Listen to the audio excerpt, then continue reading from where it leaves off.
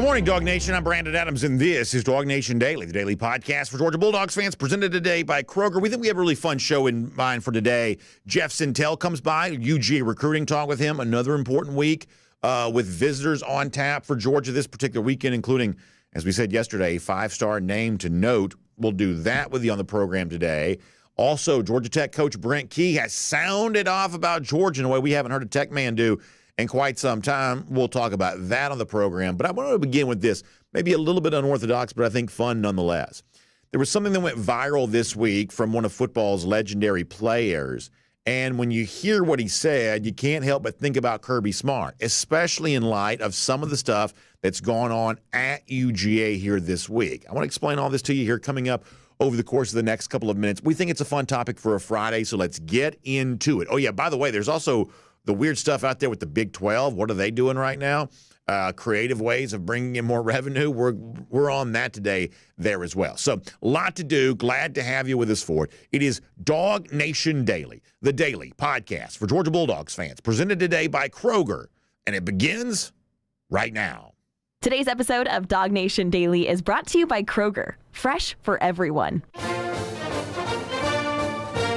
Presented by DawgNation.com. This is DawgNation Daily, the daily podcast for Georgia Bulldogs fans. Here's your host, Brandon Adams. I heard something this week, and I was immediately attracted to it. I just thought it was such a great thing, and it also had the sort of secondary value of it. Kind of reminded me of a conversation we've been having around DawgNation here a little bit this week. This is one of those things where it sort of stands alone on its own as something worth hearing. But I think it ties in really well to Georgia football there as well. And so we're going to kind of do both these things here together. In fact, many of you may have already seen this, may have already heard it. The guy that a lot of people call the GOAT, and I guess I probably agree with that, greatest quarterback of all time, Tom Brady. I think I agree with that. Tom Brady goes into the New England Patriots Hall of Fame here this week. And Brady gives a speech, and there's a moment in that speech that has gone really viral the last 24, 48 hours or so. Very strong words from Brady about what he views as the value of football. And I got to tell you something. I got to be honest with you. I didn't know Brady had this in him. Brady to me, and maybe I have the wrong impression here, I've always sort of felt that Brady is sort of the least cool, great athlete of my lifetime for whatever reason. And maybe this is kind of like bad blood from the Falcons and Patriots Super Bowl from years ago, or sort of I don't know. It seems like he's always got some weird stuff going on in the periphery. He's supposed to be a broadcaster coming up, and I've always kind of wondered, what kind of broadcaster is Tom Brady going to be? There's something about Brady that I've always sort of felt like was a little bit off for someone who's like one of the all-time greats in a sport like this that kind of cultivates alphas the way that football does. Well, apparently I had the wrong read on Brady, because the message that he delivers during this Hall of Fame speech, it's the New England Patriots franchise Hall of Fame. I mean, you want to talk about high energy, and you want to talk about, something that's worth hearing no matter how you feel about Brady personally or the Patriots or even the NFL overall. This is just good stuff. We're going to make this about Georgia football in a moment, but to begin with, can we just appreciate the Brady remarks here for what they are? Let me start with this clip here. I would encourage everyone to play football for the simple reason that it is hard. It's hard when you're young to wake up in the off season at 6 a.m. to go train and work out, knowing that all your friends are sleeping in and eating pancakes. It's hard when you're on your way to practice, weighed down with all your gear, and it's 90 degrees out and all the other kids are at the pool or at the beach, and your body is already completely exhausted from workouts in 2-a-days. It's hard to throw, catch, block, and tackle, and hit kids when they're way bigger and way more developed than you, only to go home that night bruised and battered and strained, but knowing you have to show up again the next day for just the chance to try again. But understand this, life is hard.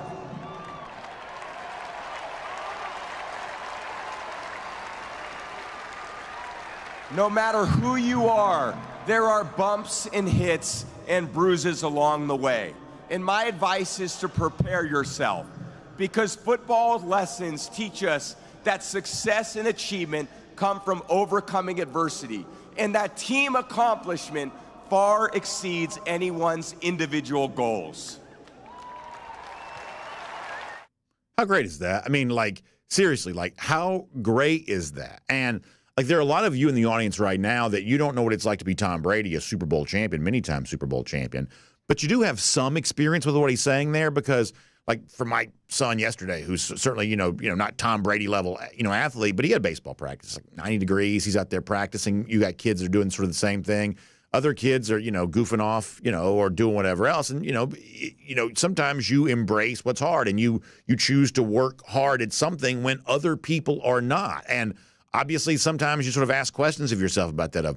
Why am I doing this? And is this really worth it? And, what's this adding up to? What is this all about? And, Tom Brady sort of addresses that there head on. It's one of those things where I'm sure many of you will get the clip, you'll play it for your kids and things like that, because the stuff that Brady says there is just, I think, so valuable, and it's such an important life lesson that the value of football is the fact that you are challenging yourself to do something that is harder than you think you're possibly capable of. And getting to the other side of that has a reward that is almost immeasurable. Such great stuff from Tom Brady. And he continued on by saying this.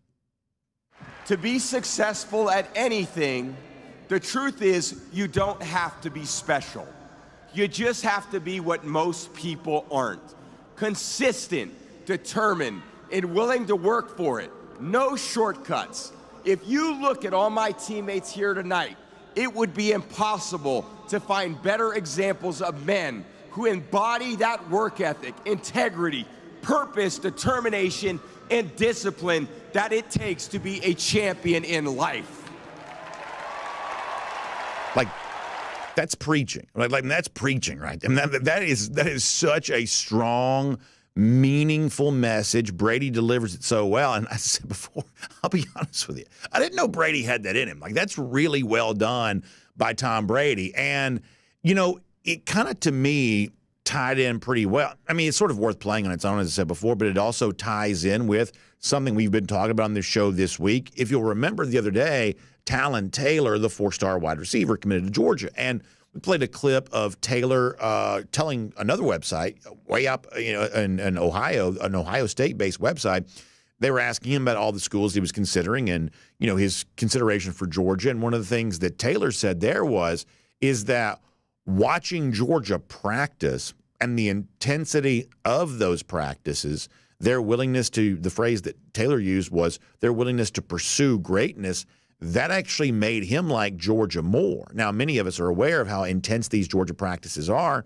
And what we said at the time was, if a guy like Taylor embraces Georgia more after he sees them practice, then that sort of suggests that Taylor is probably the kind of guy that ought to be at a place like UGA, because the mindset that Tom Brady describes there of embracing football because it's hard and not taking any of the shortcuts to make it easier because of the man that will turn you into if you're willing to endure that, and the kind of success you can have as a team when everybody comes together collectively sharing that mindset. Well, of course, we know that Kirby Smart believes those things. He's put that kind of belief on display over and over and over again. So here's what I want you to do. I want you to keep in mind Tom Brady's belief that he shared there about what he views as the value of football. And I want you to think about that in light of something the former Georgia quarterback Jake Fromm told us this week, because we're talking to Jake about Taylor and liking practice and, kind of buying into that. And Jake Fromm, as someone who played for Kirby Smart at Georgia, went into even more detail with us this week, incredible anecdote, about just how much of a value Kirby Smart puts on hard practices, making them both physically and kind of like cerebrally as intense as they possibly can be. Certainly what Brady likes about the sport, Kirby Smart puts on display there as well. This is what Jake Fromm told us about that this week. Take a listen. I mean, I remember being there, enrolling early my freshman year, and before we start spring ball, Kirby goes over in a team meeting on like how to practice, and it's the first time that I've really ever been open to that idea. Like, what do you mean? I'm learning how to practice. You go out there and practice. Well, you're how quick we transition in between drills. He's showing you where the drills are already set up. Hey, this is the drill that we're doing right after stretch and, ball security. And there's so many different things that go into, you're not just learning plays, but you're really learning how to practice. And if you can learn how to practice well, you are really onto something, and you'll be a really successful football team. I love when Jake gives that kind of insight that can kind of only come from having been a player under Kirby Smart here at UG. I think it's incredibly valuable. And in light of the conversation we're having right now, if Kirby were sitting here, he might say, yeah, we make practice hard on purpose. And if Tom Brady were sitting here, and by the way, what a table that'd be, 3 icons, myself, Brady, and Kirby. I'm, of course, kidding when I say that. But, if Brady were here, he'd say, yeah, that's exactly what I love about football. I like football when it's this way, the way that Kirby Smart makes it, based on the way that Jake Fromm describes practice right there. And by the way, in this same discussion, Fromm went on to talk more about exactly how intense this can be when you experience some of this for the very first time. Here's Jake Fromm one more time. Yeah, this ain't high school football practice. And to be quite frank, if you look at it in totality, especially those college football practices end up being harder than NFL practices. They really do. There's a couple days in camp, where guys really get after it in the NFL, just with the intensity level. But just over the course of the season, nothing is harder than a high intense program in the SEC. So once again, really interesting insight from Jake, who kind of went through that. And I think it leads to a situation a lot of us feel like we understand, which is, okay, well, if that's the standard, if it's going to be that high, and if it's going to require so much of the players that come through here, obviously everyone's not going to want to do that. That there has to be a little bit of a selection process in terms of who really wants to be a part of this. Now, luckily, some of this is self-selection. If you're a player that doesn't want this, it's kind of easy for you to recognize that on the forefront and you sort of go somewhere else. Some of this is sort of a choice to intentionally disqualify yourself because you just sort of know it's not for you. But there are plenty of people, and at times in life, I've been one of these guys. You sort of think it's for you. You sort of think you're ready to do the hard thing. Come to find out, maybe you weren't quite as bought in as you maybe thought you were. I have my own personal stories about that. Perhaps you have yours there as well. So if you're Georgia, it is one of the most important things that you do in your scouting process. Obviously, looking for those physical characteristics and those traits, but you also have to kind of do that next level scouting of, is this guy going to hold up on the basis of what we're asking him to do? And the only way you can know that for sure is to sort of be honest at the forefront and to kind of draw players like Talon Taylor, who says, listen, I like the fact they practice hard. I want to pursue greatness, and I understand the only way you get there is by, doing what's hard, to echo what Tom Brady said. And so therefore, I want that for me. I've seen what you've done for others, and I want that for me. That's what Talon Taylor would say. And the cool thing here is, we're going to talk to Jeff Sentell more a little bit later on this morning, but the cool thing is that Taylor isn't the only 2025 recruit that's saying that right now, and he isn't the only wide receiver that's saying that right now either, because let's be honest here, by stereotype, by, the typical story cliche, the story we tell ourselves is that sometimes the glamour-seeking, sometimes we call them divas, the wide receivers are the least likely players to want to do this kind of thing. But Talon Taylor said, no, I want to practice hard. I want to get better that way. I understand how it makes me great. And another receiver is also apparently saying the same thing. I thought that Jeff Sentell, who, as I said before, will join us a little bit later on, had a really good story up with C.J. Wiley, who just took his official visit to Georgia this past weekend. It's really, really interesting, unrelated to each other, and perhaps even unbeknownst to each other about what they've said in the past. Some of the stuff that C.J. Wiley said in this interview with Jeff, very, very similar to what Talon Taylor told another outlet up in Ohio about his love for Georgia and the way they practice. Let me read this to you. So this is the official visit. Now, we all see the photos here, right, of the private jet, photo set and the shades and all the glamour. And there is obviously a little bit of glitz that's associated with official visits, and there probably should be. But in the midst of all of that, C.J. Wiley told Jeff Sentell that C.J. was hosted by Arian Smith, who's obviously been on campus now for quite some time. And what Wiley says is that Smith was just telling him about Georgia the whole weekend, how they practice, how they lived, not what my NIL deal is going to be and what kind of car I'm going to drive and how pretty the girls are. No, it's how they practice and how they lived. Jeff writes that Smith gave him a lot of insight into the culture in Athens. He says, it's about the grind. Here's the quote again. Now, this is really interesting. On, a fun weekend where there's a lot of good food being eaten and a lot of good times being had, there's a very serious football conversation apparently going on there as well, where C.J. Wiley says This is Arian Smith just said, if you're the type of dude that comes to a school based on other things, don't do it. He just said, if you're going to come to Georgia, you're going to work hard, and everything that's given to you will come to you because of that work. Don't let it be lost on you that it's a wide receiver saying those things. And it's twice this week that wide receivers have kind of talked about the grind and hard work as a way of becoming the kind of players they want to be. So let me kind of sum all this up this way. I thought the Tom Brady speech this week was awesome. I mean, just incredible. It's the kind of thing I want to play for my kids. I'm sure you want to play for your kids. It's just the sort of thing that just sort of feels like wisdom that deserves to be imparted. And also what I like about it as well is that we see human embodiments of that playing out at Georgia. They are winning because of some of the stuff that Tom Brady describes.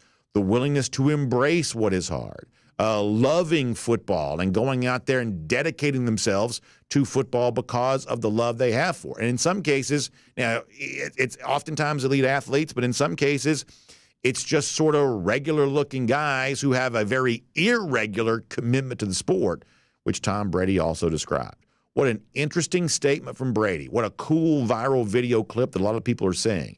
And how much more fun is it for those of us who are UGA fans saying, we see real-life examples of all of that every single day. My name's Brandon Adams, and this is DawgNation Daily, the daily podcast for Georgia Bulldogs fans, presented today by Kroger. We're happy to have you with us, no matter how you get to us. Across all video platforms, 10 a.m., radio, Athens Sports Radio 960 The Ref. How about podcasts? Apple, Spotify, everything else in between. Just really appreciate you being a part of the program. By the way, subscribe to the DawgNation YouTube page if you've never done that before, if you wouldn't mind. We're going to show you something later on the show that also appeared on the DawgNation YouTube page.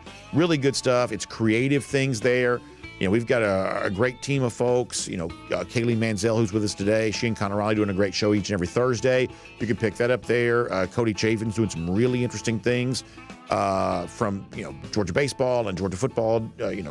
Really, really cool stuff that's on the DawgNation YouTube page. I want you to check all of that out.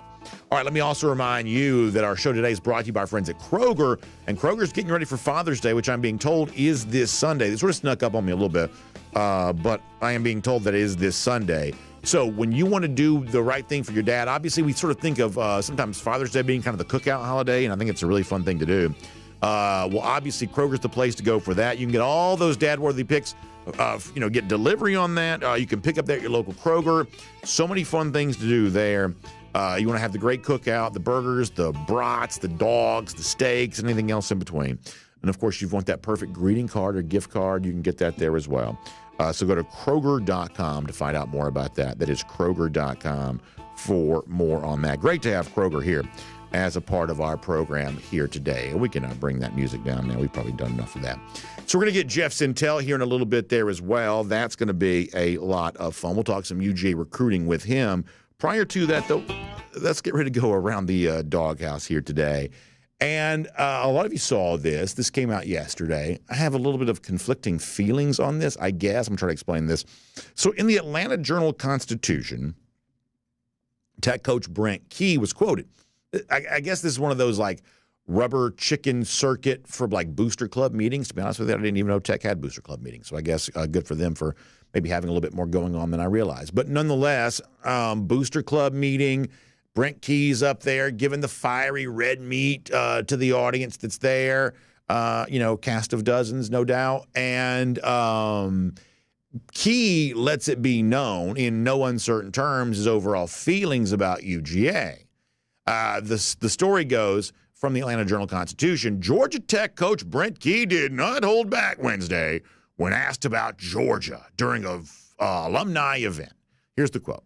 He says, "There's nothing I hate more in the world. It's probably the only thing I actually hate," Brent Key said. "And when I say hate, like truly despise everything about it, I really do." So that's Brent Key saying how much he hates Georgia. Now, a lot of Georgia fans kind of responded back. You know the Don Draper meme from Mad Men where he's like, "I don't think about you at all." A lot of Georgia fans have sort of, kind of responded back on that. And, like, that's sort of my knee-jerk reaction to all of this, too. But can we have a slightly more, I guess, nuanced discussion about this for a moment? Because I think the notions of rivalries are somewhat weird.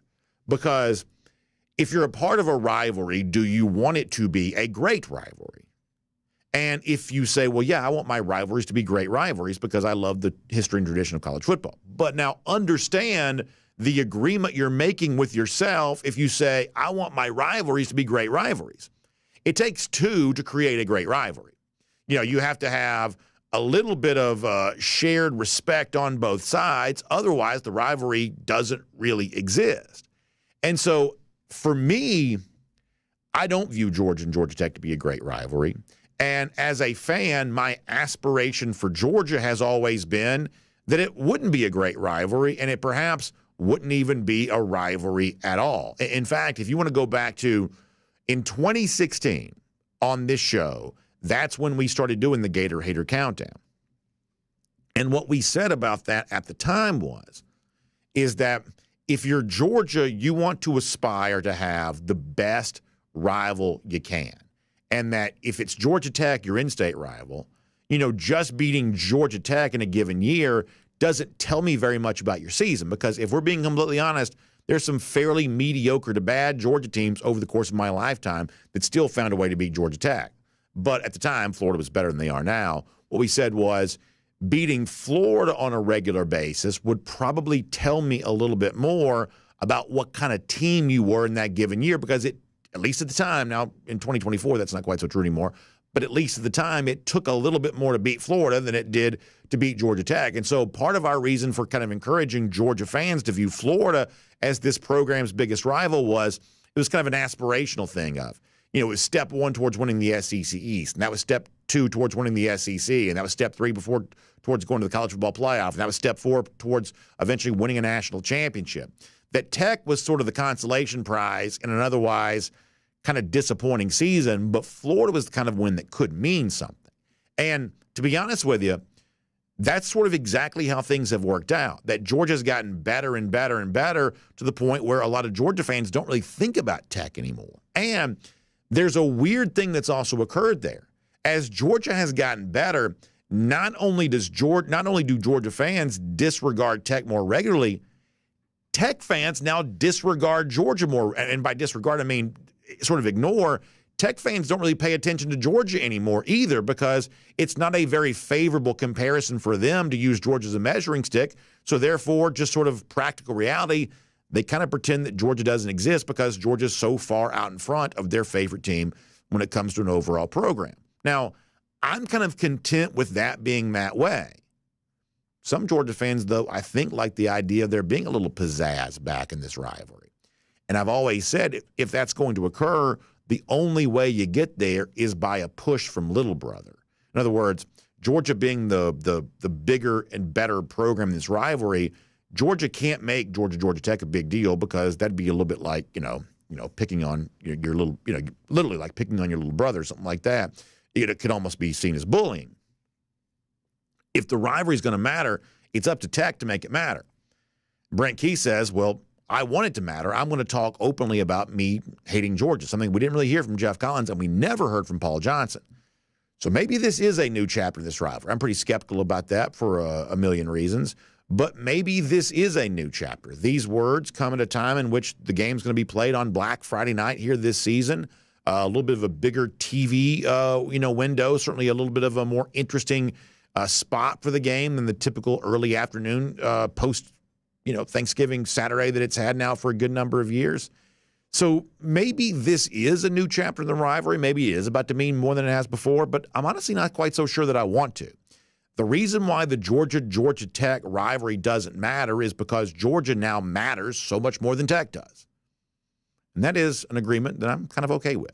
And that is Around the Doghouse here today on DawgNation Daily, presented by Kroger. Now, before we're done, we have got a very, very interesting new chapter on the way for one of college football's supposed major conferences, perhaps pulling in all the stops to level the playing field with the SEC. We'll tell you what's going on with that. But for now, on everything as it relates to UGA recruiting, visits on tap this weekend, flurry of commits this week, so much to discuss. Let's do it all with Jeff Sentell right now on DawgNation Daily, presented by Kroger.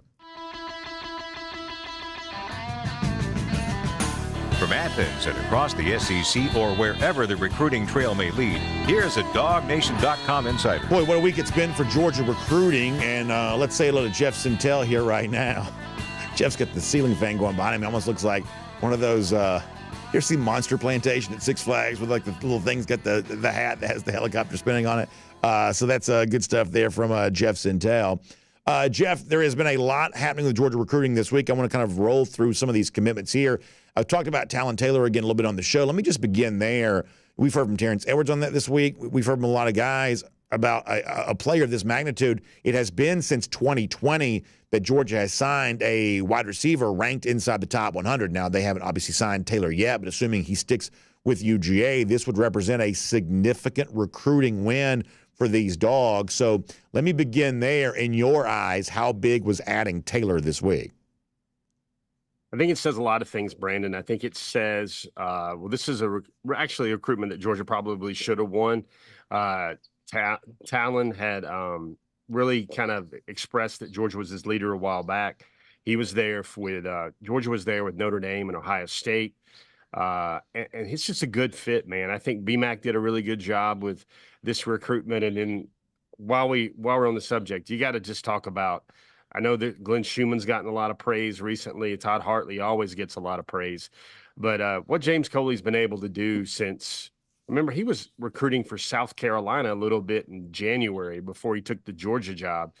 And he is came into this thing like throwing haymakers on the recruiting trail, lining up Georgia to potentially go maybe 4 for 7 of its optimal targets here in 2025. And Taylor's a guy that all the wide receiver nation out there, that you want this guy that's really twitchy and freaky. And Brandon, he put on a show at the Overtime Nationals last week in Florida, where he was catching one-handed balls as a DB.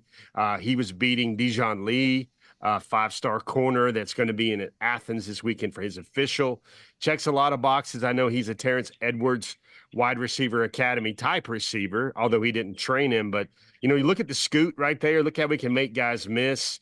He missed some time last year with an injury, but this was a huge win for the Dogs because it's another thing where a recruit had other visits on the board and decided to shut down, going to go see Notre Dame, going to go see Ohio State. So huge win for Georgia because, Brandon, we said on this show a lot of times recruiting has to fill needs, and there's going to be immediate needs in the wide receiver room next year where 5, maybe 6 dogs will move on to the NFL after this season. And I get the impression, based on just what people have said this week, that Taylor's the kind of player, unlike most freshman receivers that come into this league right now, that could potentially play and be an impact player. I don't want to make the George Pickens comparison too freely here, but that's the kind of player we're talking about. Pickens was not only a great player at Georgia, he was a very impactful wide receiver during his first season at UGA. That's very difficult to do. There are only a couple of receivers in the league last year as freshmen that played very much at all, at least in terms of the overall stat lines. So, I get the impression that Taylor, because of his recruiting ranking, because of what people are seeing on film, could at least be in the George Pickens category in terms of it's a player that you might feel comfortable playing significant snaps to even as a freshman. Yeah, I think next year, Brandon, is crucial. Everybody talks about next year because of the amazing schedule, the amazing home slate, but that is a different world for Georgia next year. Here's the examples. Georgia could be looking at a new quarterback, very likely should be looking at a new quarterback, 4 or 5 potentially new starters on the offensive line, and then maybe a whole new wide receiver room outside of maybe an Anthony Evans who's going to play a lot this year. So the 2024 class and the 2025 class has to really be able to hit the ground running. And we spoke about Taylor a minute ago, what he did at that national event. Some of his rankings are number 50, number 70 overall right now. And what he did on the national stage against elite competition, that's going to goose those rankings up a little bit more when all's said and done, including this guy on my screensaver behind me, my background behind me. These are guys that are rated a certain type of way right now, but when the class is over, they might be really close to that 5-star status. And of course, CJ Wiley still looms as a major target for Georgia as well in this cycle. And as we said, there's a great story up with you and CJ Wiley at DawgNation.com. We've quoted from it already today, and I invite folks to check that out and read that. Certainly, that's a name we've been interested in for quite some time. You also mentioned Christian Garrett a moment ago. Garrett commits to Georgia, choosing UG over Clemson, I guess we'll say. And the Prince Avenue Christian Star, not too far down the road from the Athens campus. I guess I'm not that surprised that he chose Georgia, but the theme that we've been really operating on this week is that, as you point out, it's the acceleration of these commitments and the shutdown factor after that. I believe the initial date for Garrett was going to be July 20th, and to jump well ahead here to make the commitment announcement right now, to not consider anybody else. Obviously, we think defensive line is really important here in this class, so Garrett helps meet that need there too. But whether it be Zayden Walker, we've already talked about, or the guys this week, it's the fact that Georgia's securing these commitments and apparently convincing these guys to not keep shopping around somewhere else. I just think that speaks to the overall energy around the Georgia football recruiting conversation right now. Yeah, Brandon, this is I'm going to tease a future DawgNation recruiting minute here that we drop on our socials from now. But there's terms that over the years, I know you know them, and your daily DawgNation audience member probably knows them by now. There's an offer, there's a soft verbal, there's a strong verbal, there's a silent commitment, there's a decommitment, there's a commitment. And I think there's a new name in the vernacular, at least the way I'm going to track it now for Georgia football recruiting, and that's a shutdown commitment. And there are a lot of them. Todd Robinson recently a shutdown commitment, Christian Garrett. The list kind of goes on and on. I think Thomas Blackshear, when he committed, he was shut down. Elias Williams has recently said he's shut down. Ethan Barbour was kind of sort of thinking about an Auburn visit this weekend. He's backed off that. For all intents and purposes, he's shut down. You keep going down the list. There's a lot. Mason Short, he was a shutdown commitment, and Zayden Walker, another guy. These are shutdowns with future visits scheduled and on the table. And also, I'll draw reference to the background here on this one. Look at me trying to be Cody Chaffins here right now, changing screens to add context. But this right here is Christian Garrett's room to the present day. And he got this Georgia fathead as part of a Christmas bedroom suit makeover when he was 8 years old. And that fathead is still on his wall today. Now, think about this for a moment. This is what we wrote about. Sometimes these post-decision stories can be so cool. Georgia's winning like no other. Now, all the national media types and pundits now say that Kirby Smart is the top coach in college football with Nick Saban's retirement. Georgia is 42-2 over its last 3 seasons with 2 national championships. You can point to unparalleled NFL development, 33 draft picks over the last 3 drafts, including 10 first-rounders. You got all that for a homegrown Georgia kid to think about with Christian Garrett. And then also the young man has a fat head of the Georgia Bulldogs in his room still that he had up when he was 8 years old. So think about you're the Georgia Techs of the world, or the Tennessees of the world, or even the Clemsons of the world. How are you supposed to compete with that, especially for those in-state recruits? Georgia's got 9 of their 13-member class right now are all those homegrown dogs. You've got the development at Christian Garrett's position, the winning, Kirby, Travion Scott. You've got the energy, the big stage, Heisman contenders. You've got all this stuff about Georgia. And he loved them back when Georgia was still not the Georgia it is today. So I think everybody talks a lot about the perfect storm right now for Georgia, and like everything is seemingly full bore. And what Kirby Smart envisioned for this program when he took the job from Mark Richt in December of 2015. And you see it, Brandon. It's everywhere. And like I put a point in that Christian Garrett story that really resonated with me when I was researching it. Most of these high school seniors now, the rising 2025 class, they were about 8 or 9 years old when Kirby Smart got the job at Georgia. And all they've seen since Kirby Smart got the job at Georgia was that 1-8-5, and then they go 13-2, and then there's a 12-2, and then there's a 10-3, and then they start building on these classes where you get 14-1 and 15-0 and 13-0, and you had the 8-2 season in 2020. But all they've known of this Georgia is a perennial juggernaut, and that's the only Georgia they know. And that's another factor here in how Georgia, besides just being Georgia and doing Georgia things, they're getting these recruits to just shut it down and say, I'm good, publicly. Let me add a couple more things to this too. You mentioned Elias Williams a moment ago. I don't know if you have the ability to kind of change your background now to reflect like the St. Mary's coastline or anything like that. But on Monday's show, we came in here and said that the Elias Williams shutdown, the fact that he kind of officially and finally reaffirmed his pledge to Georgia and he plans on taking no more visits. We said that's almost as big as anything that's happened for Georgia here this week because of how good of a player I believe that Williams can be. And the one continual point that I've made is I don't think even Georgia fans who are typically speaking very plugged into recruiting, I don't think they have fully given him the credit that he deserves for the kind of player that Todd Hartley always seems to find and always seems to have, the kind of guy that has the physicality to maul people in the running game, and he's done that for his Camden County team, but also to be the sort of detached, true pass-catching threat that kind of redefines the tight end position all over again. I mean, that's another example of that kind of shutdown recruitment. It wasn't a commitment here when it comes to Elias Williams, but in terms of a box checked and maybe the thing of like you don't have to, at least hopefully, you don't have to worry about him going anywhere else. I thought that was a big deal for Georgia this week. Yeah, I'm going to go back a little bit here. And the first scouting points that I gathered and then I heard from South Georgia about Elias Williams a few years ago, back when he was in Charlton County. And reminder, he's not only a 5-star tight end, he is a perennial all-state basketball player as well. And they told me, they said they got the Darnell Washington part right because Darnell was already flourishing at Georgia by that time.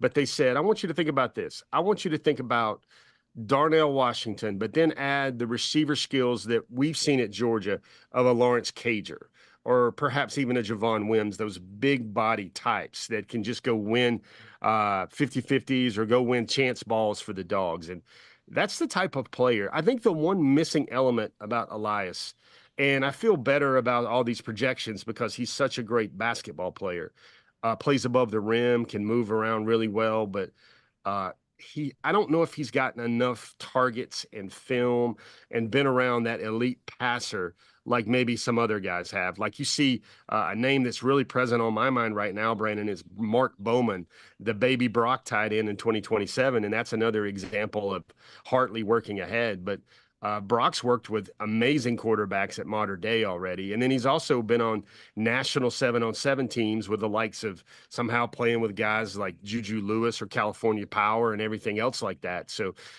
he's a guy that you just see more advancement. You see a guy that's catching 5-6 balls a game. And I remember last year I saw Camden County come up to Walton and try to knock off the Raiders, a really good Raiders team that went all the way to the state finals against Milton a year ago. And like, it seemed like he was open all the time. And it seemed like, Camden's still struggling to break out of that wing T shell, that run game shell that was such a great asset for Jeff Herron and all his teams throughout his coaching career, a legendary coaching career in the state of Georgia. But it almost looked like anytime you saw Elias down there, I would just be tempted to just throw that ball because as scouts are prone to say, Elias, with the type of quarterbacks that he's going to be surrounded by at Georgia, those 50-50 balls are probably more like 80-20 balls, and that might even be an understatement. I think there's a couple of clicks more game yet to see in Elias Williams, and he's a 5-star for all those reasons, but there's still a lot of meat on the bone there with his development. All right, before we get to this upcoming weekend, I want to do one more thing. Give me a little quick note here on Todd Robinson. We haven't talked about him yet out of Valdosta. I love having right of first refusal with those guys from Region 1. I think that's one of those things that Josh Crawford may give Georgia a chance to have. But as far as Robinson in particular as a player, chatter suggests he may play DB here. But beyond that, or in addition to that, tell me more about the recruit here that Georgia brings in from Valdosta. So also another shutdown, 5'11", 195. He's been clocked at 4.45 on the laser in the 40, I'm told. Maybe that's a hand time, but 4.45 is still really fast. There's a little bit of the McCole Hardman Jr. high school story here to Todd Robinson. He's a quarterback for Valdosta. He'll be a quarterback this year. He's been a quarterback part-time as a freshman, full-time the last 2 seasons. He can chunk it about 65 yards, Brandon, but I asked him point blank this week. I said, Todd, what are you playing? Where are you playing yourself? Where do you see yourself playing at Georgia? It took him about a half a second to say, man, I'm a star. star safety. That's what I want to be. He's seen Javon Bullard. He's seen Tyke Smith. He's good with that. He thinks that's a great fit for him in Athens. He did shut down his recruitment after seeing Alabama in the first week of the officials. He will be an early enrollee, but this is a guy, Brandon. It's kind of funny. We had a conversation earlier this week about, hey, man, I know that's not you in the social media video with that great speech before a big game. And I was like, there's no way a talented quarterback like you would ever wear 64 jersey under any circumstance. And he's like, nah, that's not me. But this is a guy, Shelton Felton. Everybody knows the name if you've been around Georgia recruiting for a while. He coached Big Cat Bryant, but also Quay Walker at Crisp County in Cordele. And he told me matter-of-factly that he's another one of those guys with that kind of like mindset that Quay Walker had. About getting to Georgia, taking care of business. But there was a game he pointed to, and he said the team wasn't playing well. And, Coach Felton, Brandon, you're around high school football a lot now as much as I am. And Felton's like coming into the locker room. His team wasn't playing well. And he's getting ready to just kind of summon up that fire and brimstone halftime speech. And right before he really gets into it, Todd says, Coach, we got this. Don't worry about it. Coach, let us handle it. We got this. Don't worry about it. It's great. And then Todd proceeds to go out and make play after play, highlight after highlight, and really just kind of change things and fix things. I mean, he's a guy that's he's had some drives, Brandon, where he ran for like 90 yards on the quarterback run, 70 yards on a quarterback run. And then he comes back the next series and catches a pass, makes a lot of guys miss. There is a temptation here for Georgia to look at what he does with the ball in his hands, Brandon. And that's why I reference Mecole Hardman a little bit, because he is special. He is electric with the ball in his hands. And there's a temptation. There's already been some talk in Athens about trying to find a way to potentially get him involved in the return game. Can you imagine him on 2-point plays in Athens with that arm and that running ability? But right now, if he is only a star at Georgia, he is gleefully happy about everything with that. He made a silent commitment to Georgia over the weekend and then waited about a day or so to release it. This is another guy that I think some of the recruiting rankings still have him as a 3-star. I think those will change. And I think Todd Robinson's a guy that when we talk about this class, he's going to be a guy that's going to bring a lot more to the table than what the recruiting rankings say. Kind of a lot more, actually. A lot of visitors coming to Athens this weekend. I want to highlight a unofficial visitor here for a moment, though. That's Elijah Griffin. We've said on this show many times we think that Griffin may be the most important player in this 2025 class for Georgia. And we say that knowing full well how many other elite prospects Georgia's chasing down. It was Miami last weekend for Griffin. We knew he had the unofficial visit coming up to Georgia at some point in time. You've told us he's got the official visit during the season. So give me the snapshot here pre-return to Athens for Griffin here this weekend.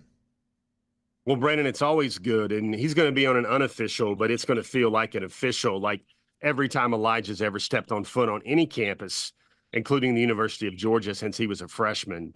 I think he's going to get some of those official visit vibes just being around the guys. But I'm going to say this, Brandon, this is a recruitment that Georgia is poised to win and probably should win. It's just going to take some matriculation down the road. And I think Georgia, the way they've recruited him, the way Elijah sees the development at Georgia, I don't think he'll ever have a less than stellar word to say about Athens. And the more you can get him to Athens rather than somewhere else, the better. I still believe in that potential pairing with Justice Terry, those two eventually winding up in Athens together and playing alongside each other. And who are you going to double there? Throw in Isaiah Gibson in that class. Isaiah Gibson's also going to be at Tennessee this weekend, along with a lot of big names like David Sanders. Juan Gaston Jr. is also going to be there. I think, Brandon, just to give the audience a little bit of something there, I think the David Sanders visit last week went about as good as it could. I think this one is going to go the duration, but I think Georgia's going to be in there till the very, very end with a lot of things that kind of happened last weekend, a lot of the sentiments, a lot of the vibes that I've heard a little bit about there. So this class is great, Brandon. It's moved from, I believe, 12 to number 9 to number 6 to number 4 over this span of about 9 days now and about 4 commitments. And just think with names like Gaston and Wiley and Smith and Sanders and all those guys still potentially out there, Griffin and Terry. This class will double in size. And when it does double, Brandon, I feel like there'll be at least 3 or 4 5-stars in that replication when all's said and done. How about the other? We have official visitors come in, Bryce Davis. Give me a list, or not the full list necessarily, but just a little bit of a couple of bullet points here of other official visitors who are coming into Georgia this weekend too. Yeah, let me tell you about a couple changes. There's a receiver, Jarrell Bolden, who was at Georgia for G-Day. He's kind of changed his mind and decided to take an official visit to Athens. Suddenly, all the receiver room gets very interesting, Brandon, because I know the number is probably 4 or 5. Maybe they could stretch out to 5. That's going to be very interesting to see what Georgia does down the stretch here at receiver. There's also a running back that I think that Dell McGee was a little bit higher on than Josh Crawford was originally, but Georgia is bringing in a young man to take an official visit this weekend, and I'm going to see if I can tempt you a little bit.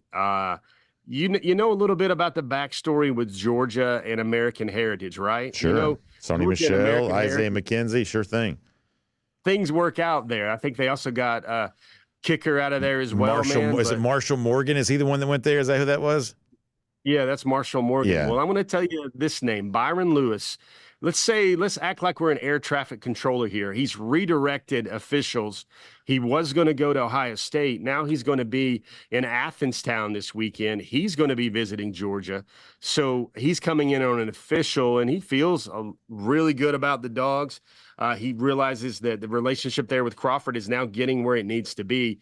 Those are kind of the sneaky guys on that list. Of course, you got a guy like Mason Short, who couldn't be in full effect with his family last week for the David Sanders Jr. visit. Mason was there. Now his whole family, all the Shorts are coming up from Evans this weekend for his official. Dijon Lee, that's a 5-star name, a really impressive corner, Brandon. But some of the online chatter is, I'll put one in the tip jar there when I say online chatter on your program. I think the online chatter is trending Bama. Bama, meanwhile, is starting to put some things together. They got a really strong offensive lineman commitment, and Michael Carroll, a guy that Georgia really wanted. He was a first-week official visitor. But those are kind of the names. But you're right. I think the first name out of your mouth was Bryce Davis. Yeah. We profiled him the last couple of weeks on Hedges. Bryce is a top 55, top 60 overall prospect out of Grimsley High School, Greensboro, North Carolina. That's Jamal Jarrett's home school. And he's down to Duke, Georgia, and Clemson. Very interesting final group there. He's set to make his decision on July the 20th. Really loves Georgia. Georgia really loves him because he's an every down type edge type, 6'3", 250, basketball player, comes from a really impressive family. Mom is an educator. His father is a retired police officer. He is a guy, I think he still works campus police now, but he's a guy Georgia has looked at for quite some time. And Bryce is one of those players. His head coach, Darryl Brown at Grimsley High School, kind of teed it up for me very well. And he said, great player, explosive, disruptive. But then he's an even better kid off the field, a better ambassador for our program off the field. And Georgia has a type. They want that box to be checked. That last part there about, the type of individual that will lift the University of Georgia community up besides what they do on Saturdays. And Bryce Davis, to me, seems like one of those guys. So that'll be a big official visitor. Like I said, he's teed up his decision date for July 20th. And I know I'm not trying to be theatrical here, but sometimes, Brandon, when I look at these scheduled commitment dates now, I wonder, is that going to stick? Or the Dogs going to get another prospect to say, hey, I had all that planned with all the family and everything, but let's just do this thing right now and commit to the G. I think I see a little bit more of that happening this summer as well. Yeah, how could you not think that, given the run that Georgia's been on? Jeff, great stuff. We hope you personally have a terrific Father's Day weekend here coming up, that your wife and kids take good care of you. And, of course, we'll look forward to having you back here on DawgNation Daily, presented by Kroger again very soon as well. Brandon, I'm sure you're workshopping a joke, either Georgia Tech or Florida is the punchline there for Father's Day. I'll let you get to it later in your program. All right, good stuff, Jeff. Thanks so much for your time. Hey, buddy. Let's take a look around the rest of the league. This is SEC Through. Yeah, it's been quite a run for UGA recruiting as of late. And as Jeff said, we had these kind of established, timelines for a lot of players. And Georgia, to its credit, has been able to kind of get some of that to disintegrate as it has moved this up. And, I'll just say really quickly, the point that he makes about, David Sanders going to Tennessee this week, there are a couple of what I would think of as like bellwether recruitments for Georgia, both in terms of player that you want, but also a pretty strong leading indicator of kind of how things for UGA are overall. Given the success that Georgia had last year recruiting the offensive line position, if it's able to overcome the very aggressive, what we would assume NIL-related pursuit of Sanders by a Tennessee and by an Ohio State, that speaks really strongly for what Georgia is right now. And at a time, and if you want to go back, you can certainly find audio of this if you really wanted to look for it hard enough. We were really questioning last year in the lead up to the 2024 signing class with the money that it seemed like some programs were spending on elite defensive linemen. The question we asked was, okay, well, if you're not going to be aggressive on an NIL front for defensive linemen, what's your plan for getting elite defensive line? Not necessarily being overly critical, but just sort of stating matter-of-factly that was becoming a very valuable position in the NIL age. And if Georgia's able to answer back this year by bringing in Elijah Griffin, flipping Justice Terry back, you can count Isaiah Gibson in this discussion if you'd like. Obviously, Christian Garrett, the recent Georgia commit. That is also a pretty strong bellwether as to where things stand with Georgia here right now. Can't help but notice that. Now, let's get ready to go cruise around the SEC courtesy of Royal Caribbean. Update to a tease of an announcement I gave you yesterday. So I now know this. Next week, we're going to say something big here on this program. Now, if I'm telling you that during this space in the show, you can assume that it's Royal Caribbean Cruise related. Fill in the gaps after that and do as much as you want. But we are getting very, very close to a very, very fun announcement. I cannot wait for that. I'm also excited about my own trip coming up here on Utopia of the Seas. That's in July. And I always love a ship like this because it's a chance to experience the best that Royal Caribbean has to offer. The newest ship, it's perhaps the final of the Oasis class of ships, which was a category of vessel that I think kind of redefined the cruise vacation experience. And Utopia of the Seas is going to do that one more time here because they're unbelievable restaurant and bar concepts. One of the ones that I love is what you call the Royal Railway, which is going to be like a train car. You're going to like sit in the train car and you're going to, basically like roll down the rails in the restaurant as you're sailing down the sea on the ship. It's an amazing thing. And of course you got the lime and coconut and the view bar, which was introduced for the very first time on Wonder of the Seas. And it's kind of like a rooftop bar. I believe it's called cantilevered when it kind of sticks out over the side of the ship. I believe that's the nautical term for that. The kind of cantilevered bar that sort of sticks out over the side of the ship. But instead of like being a rooftop overlooking the city, you're overlooking the expanse of the ocean. How amazing is all that? So Jessica Slater's a great travel agent. She can tell you more about it. Give her a call, 770-718-9147. That's 770-718-9147. You can also email her at jslater@dreamvacations.com. jslater@dreamvacations.com. All right, a couple of stories here. So the Big 12, as a way of competing with the likes of the SEC, reportedly CBS had this first, is really pushing here to bring in more revenue, considering doing this two ways. One of those is by changing the name of the conference. Instead of being the Big 12, it'd be like the Royal Caribbean 12, like putting a corporate name on the official name of the league. And this has gotten a lot of attention. Honestly, as someone who protects tradition around college football, at least tries to, I'm not as scandalized by this as you might think. I mean, at this point in time, everything has a name. All the bowl games have names like this, for the most part anyway.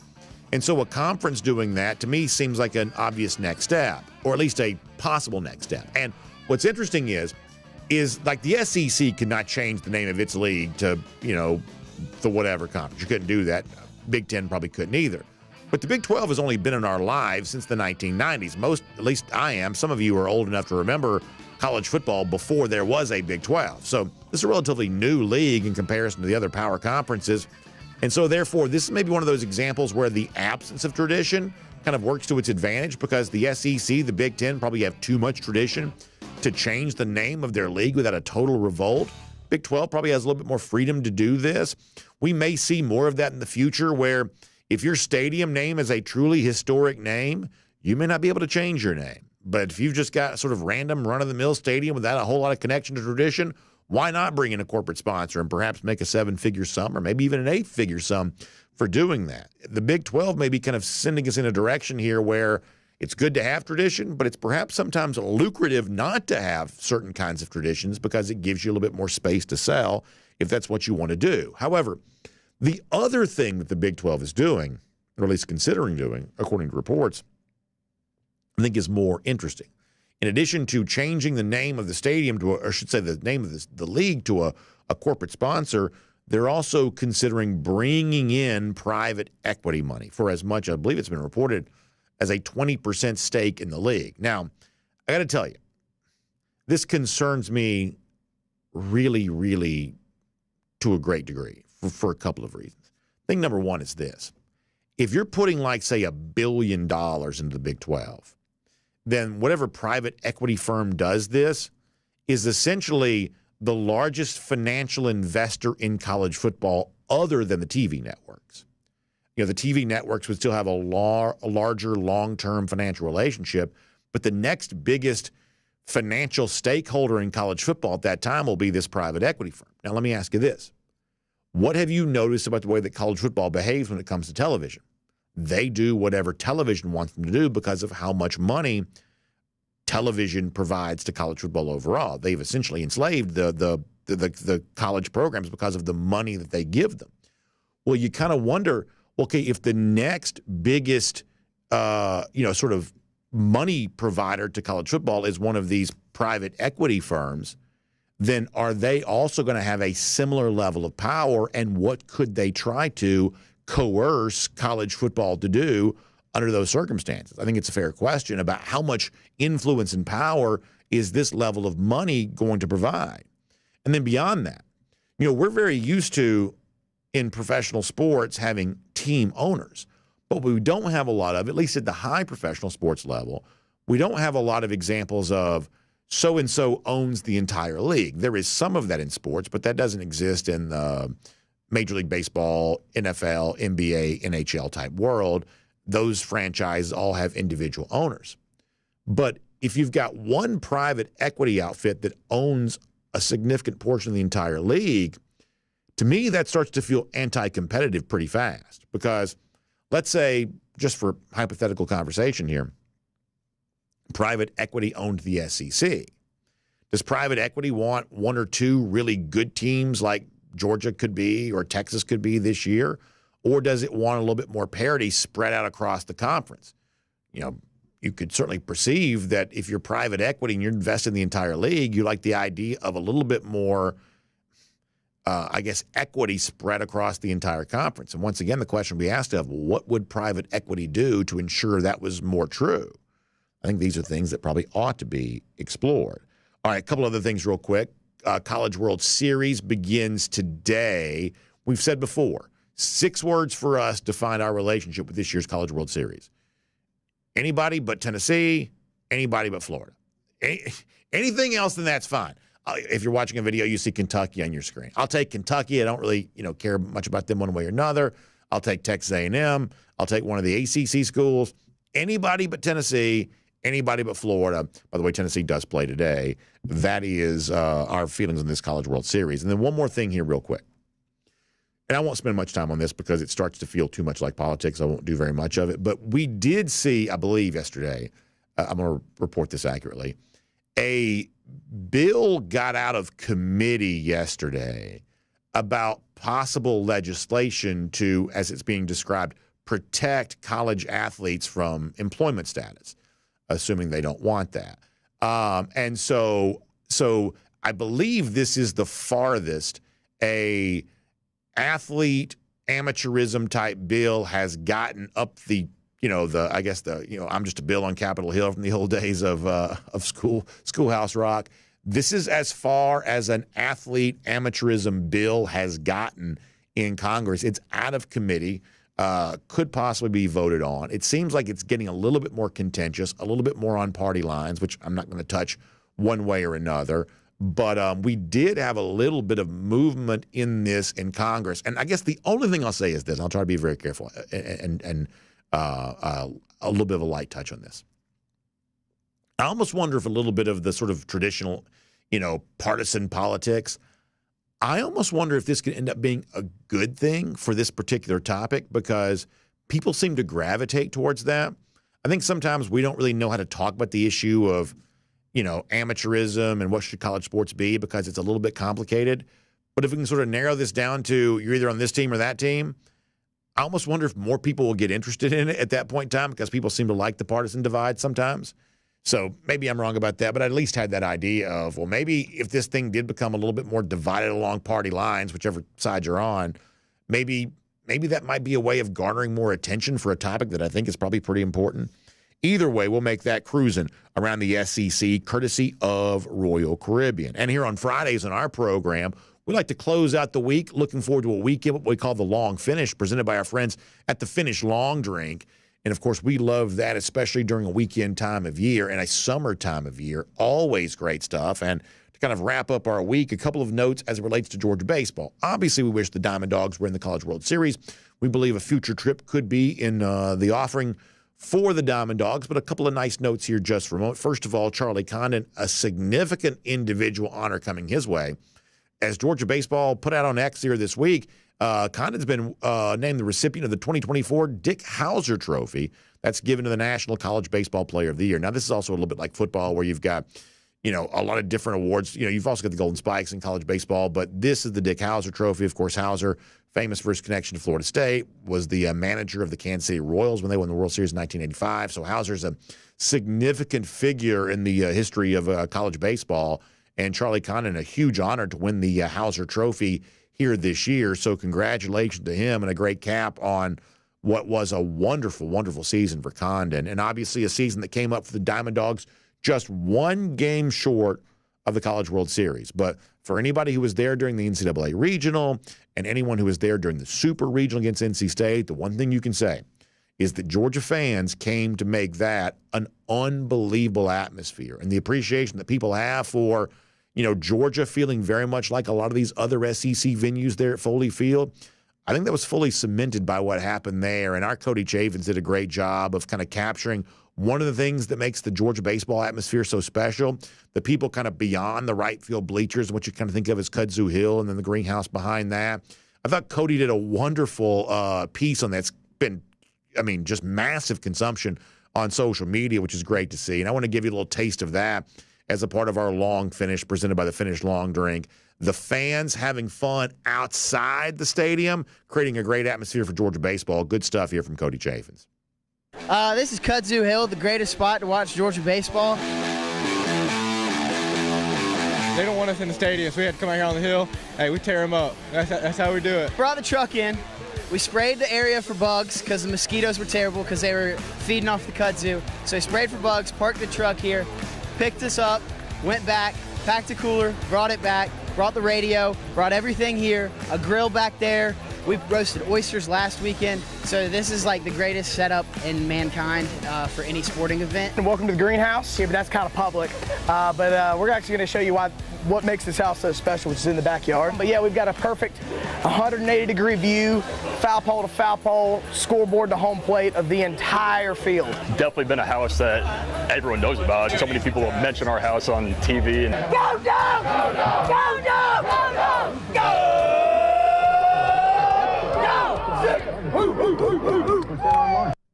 How much fun does that look like?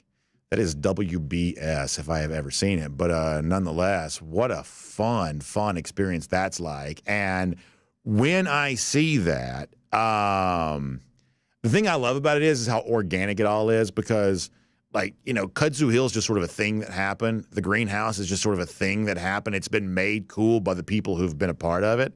And that's the best stuff in sports. It's kind of always that way. And that's kind of what Georgia has going for it. Obviously, I'm sure Georgia would like to have all of this happening inside the ticketed confines and, have a chance to make some money on it and things like that. But instead, in kind of a cool fashion, they sort of embrace this. Josh Brooks, who I think does a good job of this kind of stuff, helped cut back the trees and the branches and things like that so these non-ticketed fans could see into the stadium even better. That's a classy gesture, and it's as I said before, totally authentic, completely organic deal here. We love baseball, we love college baseball, and we love Georgia's participation in all of this for many, many years into the future. And that is our Long Finish, presented by the Long Finnish Long Drink here, rolling into a weekend. No doubt, Kudzu Hill and the greenhouse, plenty of coolers out there, and certainly plenty of Finnish Long Drink out there in those coolers for folks enjoying college baseball responsibly, of course. And listen, if you want to enjoy some Finnish Long Drink here this weekend, what a great time to do that. It's about to be hot. So an ice cold Finnish Long Drink, a good way to stay cool and comfortable during the summer, whether it's the Long Drink Traditional, the blue can, the grapefruit flavor, the gin kick, Long Drink Zero, Long Drink Strong, the Long Drink Cranberry. Man, great time to enjoy the great flavor of the Finnish Long Drink. Fun category of beverage called the ready-to-drink cocktail.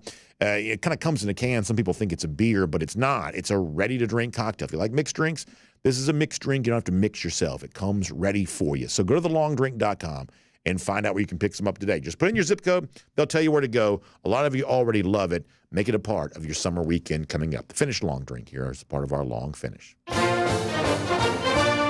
long finish to a long show, I reckon. And to make it just a little bit longer, how about a handful of golden shoes coming your way here? We had some fun off the top of the program on Georgia and its practice habits. We talked about this the other day with Jake Fromm, and so our buddy George on Tap sent this to me, the famous Allen Iverson. We talking about practice? Yes, indeed. We were on the show here this week, so very funny golden shoe going to our buddy George on Tap on that.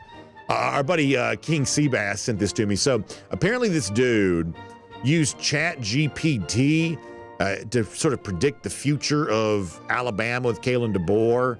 And of course, no surprise here, this Alabama fan got the AI to talk about all the wins that Alabama's going to get. So what Seabass wrote in and says, here come the Bama fans with their hypotheticals, ha ha ha.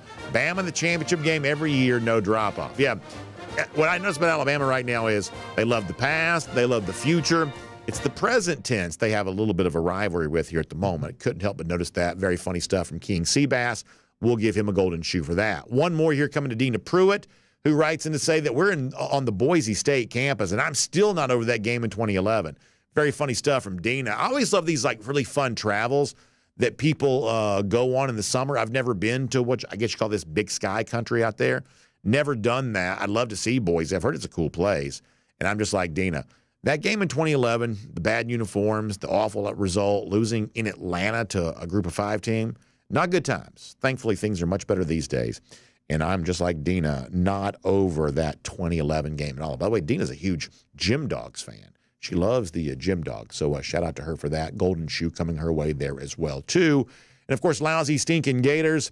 As Jeff Sentell says, on this Father's Day, the Gators know their daddy. It is Kirby Smart and the Georgia Bulldogs, 1,315 days. That's how long it's been since Florida's beaten Georgia. That is our Gator Hater Updater. Y'all have a great weekend. Happy Father's Day. And we'll see you back here Monday. DawgNation Daily, presented by Kroger.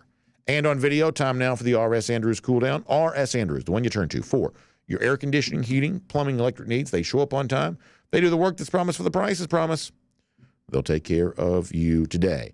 In fact, you know your dad, he doesn't want a hot house, right? He wants good AC, especially if you're at home watching the U.S. Open on the weekend. You want that good AC feeling great for you. So do something good for him and get that air conditioning tuned back up to factory fresh specs. In fact, there may not be anything the dad in your life wants more so than a good, well-running air conditioning unit. Probably the case there on that. Well, let me go to DawgNation.com and see what they're doing here today. Johnny Prescott says, here's a great reminder. I'm going to tell my family to pick me up some cranberry long drink for Father's Day. Way better than a tie. Johnny, I like that. That's really good.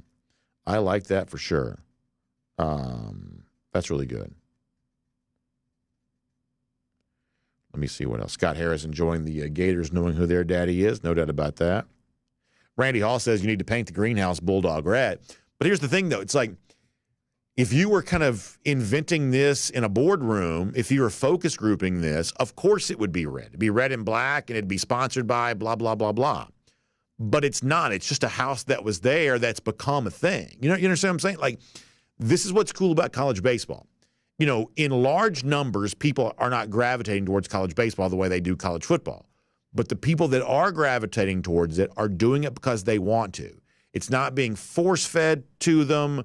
They're not being guilted into doing it. It's not one of those things where you better do this or else. No, they're just kind of stumbling upon college baseball. They're saying, man, this seems pretty fun. Let me tell my friends, and more people are coming to it. In other words, you know, if you try to do a DawgNation Daily for college baseball, that's not a business right now. But is the sport growing, and is it growing in a completely organic and authentic way? It totally is. And I'd say Kudzu Hill Greenhouse, that's example of that. You know, this is not the kind of thing that would be invented by a marketing department. It's just sort of a thing that fans decided to do. The left field lounge people are kind of like the dads of the Kudzu Hill people, but they're having a great time too. Let's see what else. Rambo says, so Rambo can remember when the tracks were at Athens. So East End Zone, and Rambo, help me here. That's prior to the 1980 season, right? 1980, am I right about this? That's the first year with the East End Zone seats. So prior to that, it was the railroad people.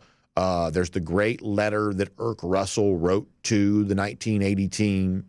We've done it on the show a million times. It's poetry. I mean, to think that a football coach wrote this letter is so amazing because, I mean, it's just poetry. I would love to see some good video of the railroad people. I would love to see that because I've heard great things. I would love to see that. Let's see what else.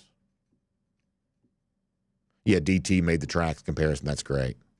That's great. Let us see what else.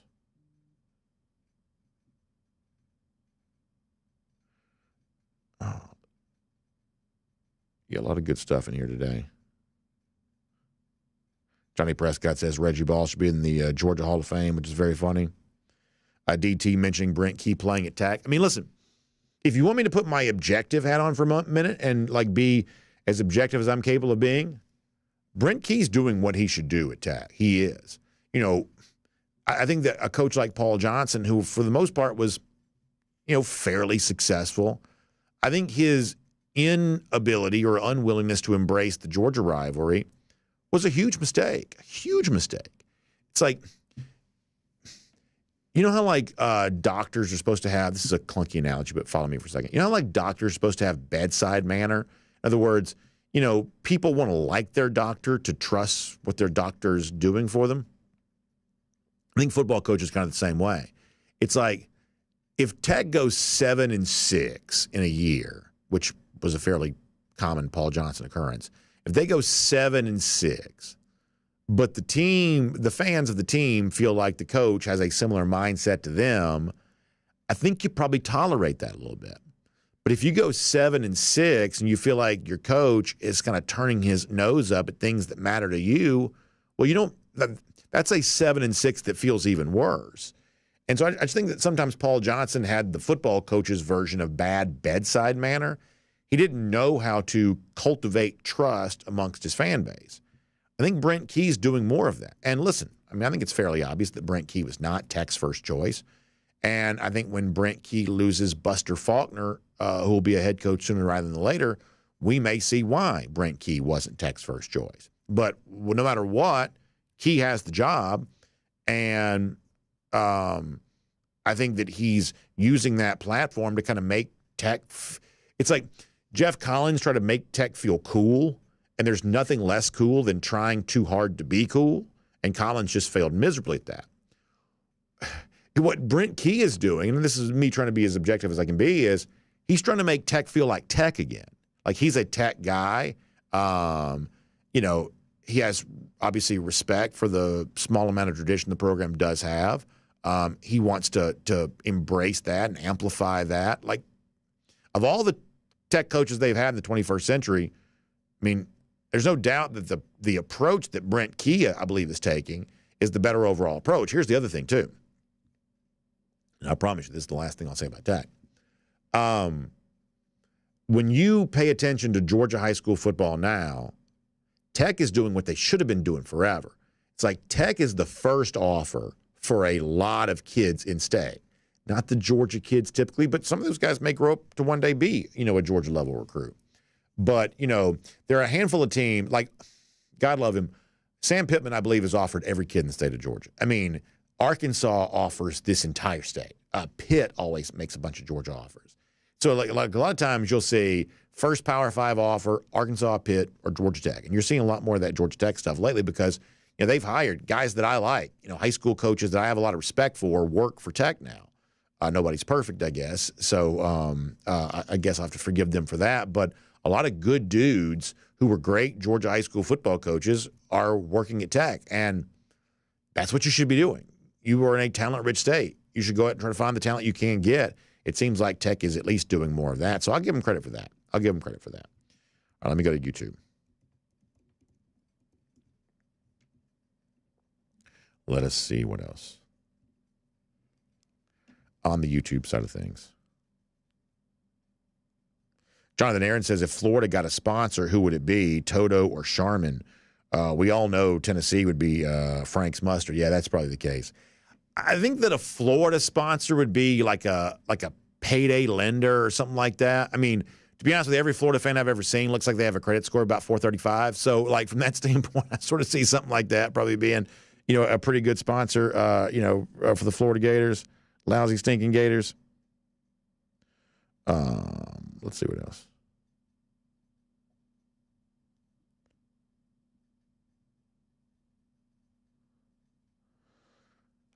Let us see.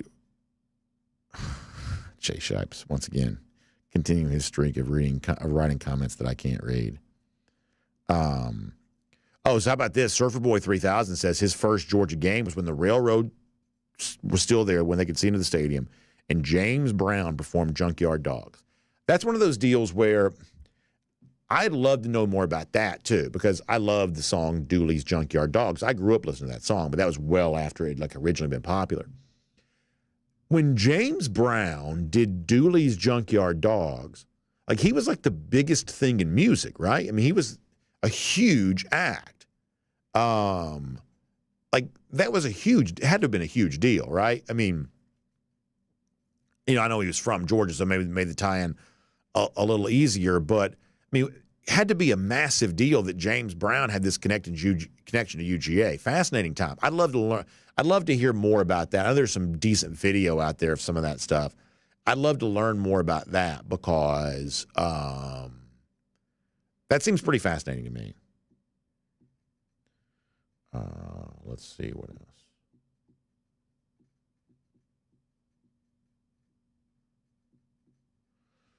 YouTube folks having a good time over here. Paul Moon says his dad was in the Army, drafted into Vietnam. I've always had respect and appreciation for the men and women of the armed forces. Yeah, myself too. My dad was a Vietnam veteran, also drafted. And, it's kind of funny. It's Father's Day weekend. And, my dad, many of you know this, passed away in 2020. Horrible year. Worst year in modern American history by almost anybody's estimation. And my dad passed away in 2020. And all these years later, it's really funny for me.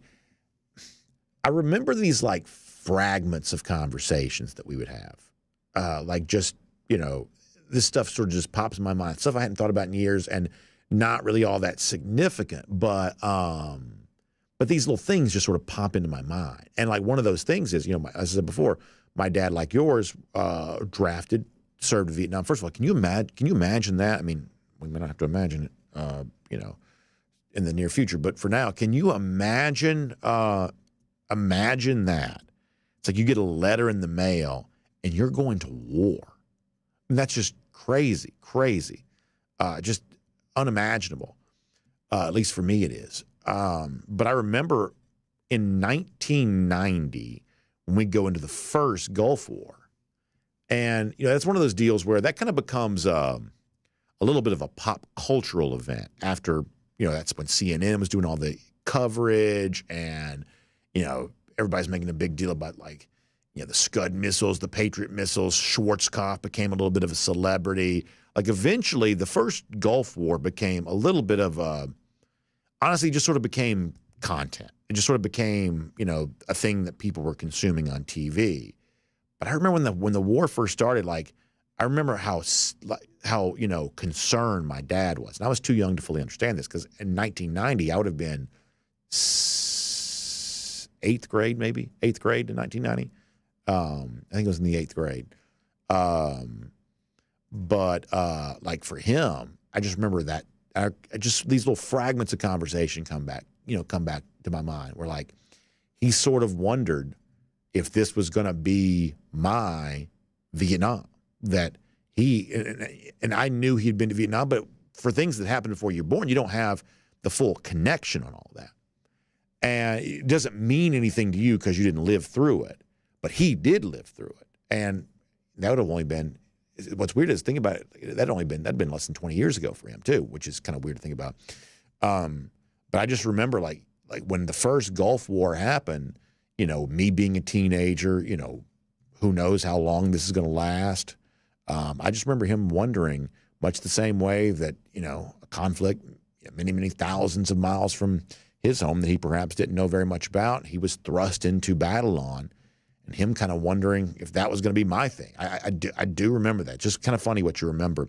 Stuff I didn't think about very much, until a few years ago, but now all these little things kind of pop up. Let's see what else. Taylor Russell says, my father also served in the Army alongside my brother and uncle. Brother served 2 tours in Iraq. Well, what an amazing service to our country that is, and thank you so much, obviously, for your family there on that. My grandfather, my mom's side, was in Korea. My dad's dad was a World War II era veteran. I guess maybe he might have been a little too young for active combat on that. I think I don't know the time on that fully, but yeah. I mean, we just don't appreciate what our dads are going through because it doesn't mean the same thing to us. But when you get a little older, it's the oldest cliche in the book, but it's just really, really true. When you get a little older, you just sort of see a lot of that stuff more clearly. You just undoubtedly do.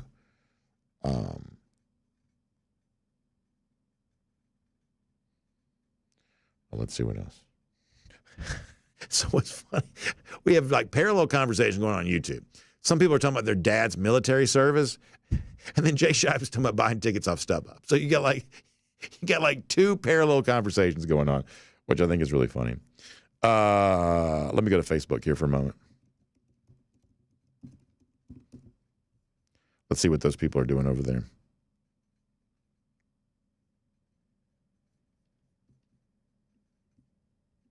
On Facebook for a couple minutes, and we're going to get ready to wrap up and get our weekend started here. Jerry Popham says, BA, you young whippersnapper. 1990, my twins, my youngest, had been graduated from college for a year. Well, how about that? Yeah, I guess I was in the 8th grade in 1990. Actually, maybe I was in the 7th grade because fall of 91, I was definitely in the 8th grade. Yes, I would have been 7th grade in 1990. 7th grade in 1990. Miriam Corbett said, my grandfather was in World War I. How about that? So I'll read the rest of Miriam's comment in a moment. My little tiny soapbox for today is, I don't think we talk enough about World War I. Like, I get the fascination with World War II, of course. I think it's probably the most significant American accomplishment post-founding. I believe World War II probably was that. I don't think we talk enough about World War I. Like, if you really start getting into that, the warfare, horrific warfare. But also in terms of the geopolitical consequences, which is the only time I've ever used that phrase on our show. We don't talk enough about World War I. Probably should talk about World War I a lot more. And understanding how to avoid that maybe in the future. But Miriam Corbin says, my dad and uncle were in World War II, and uncle was in Korea, and 2 cousins in Vietnam. Love our military. Yeah, no doubt about that, Miriam. I appreciate that. William Camacho says, I was a part of Desert Storm for the 3 weeks. I was there in Saudi Arabia. We'll do it all over again. William, first of all, thank you for your service for our country there as well, and we certainly appreciate your patriotism too. Yeah, I mean, it's like the first Gulf War just went by so fast, and obviously, a lot, been said about that since then. But it's one of those things where, like, when it first happens, like, how serious is this going to be? And then it just sort of turned into something a little lighter than that. It kind of became just sort of a pop culture moment. People liked Schwarzkopf. They made a celebrity out of him. People enjoyed the fact that, America appeared to be winning, and it seemed easy. Saddam Hussein sort of had, a lot of, it became easy to sort of see him in a certain kind of way. The whole thing just kind of became, a very different thing. My dad never felt that way, never saw it that way. When everybody's on like Saturday Night Live making jokes about it and things like that, my dad never saw it that way. I remember that so vividly. Bill Sanders also kind of weighing in here on World War I. Pete Williams says, just an observation, but that shirt you're wearing would be the perfect golf shirt. Yeah, it's super comfortable. It really is. It's one of those deals where, just to be totally honest, this is one of those like more expensive ones, like there's a few Georgia shirts these days that cost a little bit more than the others do. I got to tell you, obviously money is an object, but if money were no object, I do find that the more expensive shirts are typically a little better. I do find that. I've got Georgia clothes of all price points. And so, I wear plenty of stuff that's not, super expensive, but this is one of the more expensive ones. And I got to tell you, it's pretty good. It's very comfortable. I've poured sweat in this on the golf course, and, it always kind of holds up really well, really light. That's not an ad, but I do really enjoy that.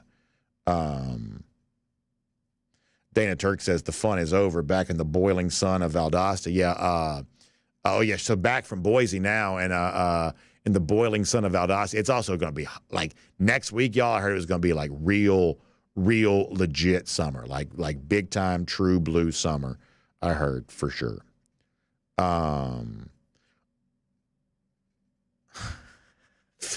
See, Philip Jordan Wells, he remembers some of the stuff from the early 90s. He remembers some of that.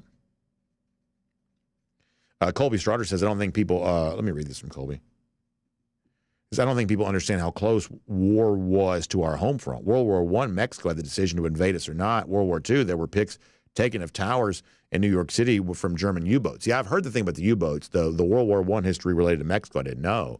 I mean, when you read about the whole World War I thing, like the whole thing is like just a mess, like a mess. Like it sort of feels like one of those things. I don't know. I'm not going to say too much, but I have heard the U-boat thing, which is crazy. I mean, I hadn't heard that specific thing about them taking a picture of New York, but I heard they were like right here on American soil. Crazy. All right, a couple of more. Bill Shirley checking in here in Cairo, Georgia, said it is hot here. Yeah.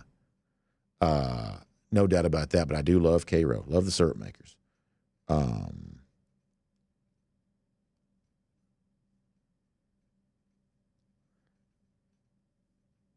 Let us do one more. Get ready to go. All right, we got to go. Randy Hall says, my grandfather was gassed in World War I. Yeah, that's the thing is like that was a part of the warfare, right? The so-called like chemical weapons.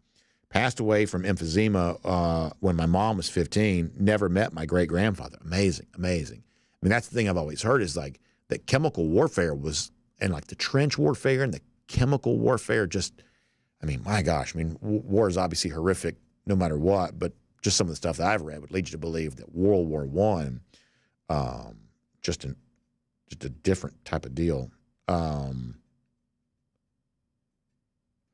Rambo says, please be thankful to those who served in the military. I lost a great uncle in World War II and a cousin in Korea. I got to raise a family and see my grandchildren because of men like them. Absolutely true. Absolutely true.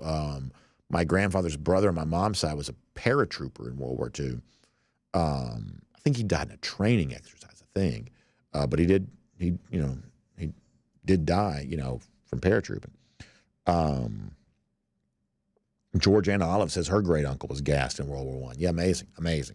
So, obviously we're feeling a little bit nostalgic because of our dads, and they're their dads and, all of that. And I guess sometimes kind of going back and thinking about some of that kind of stuff, an important thing to do. Hey, hope y'all have a great weekend. And as you enjoy whatever summer brings to you this way, think about those that either you're lucky enough to still be able to celebrate with, or perhaps you wish you could celebrate with, but hopefully their memories will bring you some comfort. And we hope you have a great weekend. Check out R.S. Andrews, by the way, online, rsandrews.com. And sure enough, as I said before, give your dad the gift of good AC. There's nothing dads want more. You sit back, you're watching Pinehurst this weekend.